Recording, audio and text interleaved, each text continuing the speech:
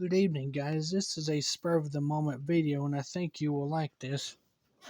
On these Reveres, the easiest way I've found out to put the chime barrel assembly back together in the back plate is this right here is what holds, well, this right here is what holds the outer pivot of the hammers.